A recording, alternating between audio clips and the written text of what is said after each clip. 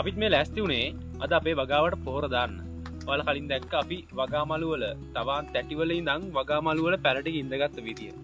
එන්නකෝ අපිත් එක්කම එකතු වෙලා පොහොර දාමු.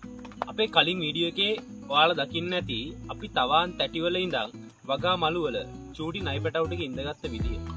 ඉතින් මේ තියෙන්නේ ඒ විදියට එදා ඉඳගත්ත නයි මිරිස් පැල ටික. මේවා දැන් ලොකුයි. මේවට දැන් දවස් 14ක් වෙනවා. නැත්තම් සති දෙකක්.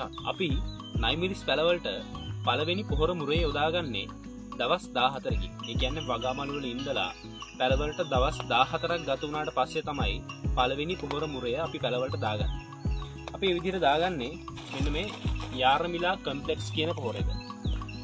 අපි බලමු අපි මේක කොහොමද දාගන්නේ කියලා. ඔයාලා එක වගාමල්ලක පැල දෙකක් ඉඳගෙන තියෙනවා නම් පැකට් එක අයිනෙන් මෙන්න මේ විදිහට දෙපැත්තෙන් හාර ගන්න ඕනේ. නැත්තම් තනි පැල ඉඳගෙන තියෙනවා නම් අපිට පුළුවන් අටේට හාර ගන්න. ඊට පස්සේ අපි යාරමිලා කම්ප්ලෙක්ස් එකෙන් ග්‍රෑම් 10ක් තමයි එක වගාමල්ලකට යොදා ගන්න ඕනේ. ඒ ග්‍රෑම් 10 මැන දාන එක කරදර හින්දා අපි මේ විදිහට ගිනි පෙට්ටි පියනකින් මෙහෙම ෆුල් එකක් අරගෙන ඒක තමයි මේ විදිහට දාගන්නේ.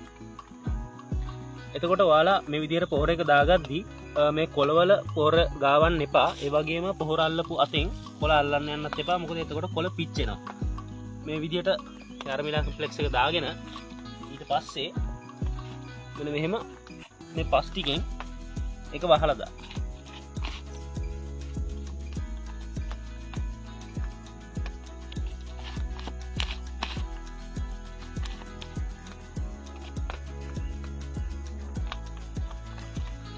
තව එකකට දාලා පෙන්නන්න.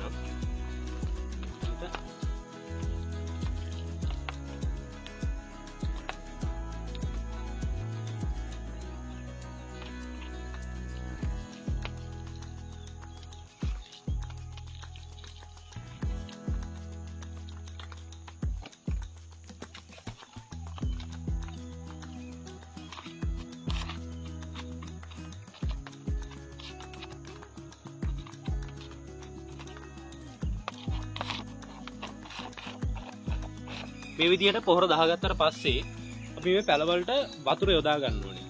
වැස්සට ගස් දෙමෙන්නේ නැත්නම් අපි එක දිගට දවස් 3ක් මිලිලිටර් 500 ගානේ වගේ මේ පැලවලට වතුර යොදා ගන්න ඕනේ. ඉතින් ඔයාලගේ නයි මිරිස් පැල තියෙනවා නම් ඔයාලත් මේ විදිහට පොහොර යොදා ගන්න. මේ විදිහට අපි පළවෙනි පොහොර මුර යොදාගත්තට පස්සේ දෙවෙනි පොහොර මුර යොදා ගන්න ඕනේ.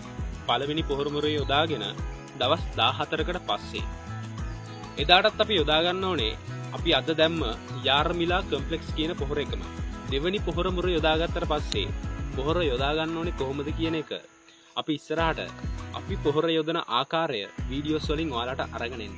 ඒ හින්දා මේ දැන්ම ෆාම් සෝන් අපිව ෆලෝ කරලා අපිත් එක්ක එකතු වෙලා ඉන්න.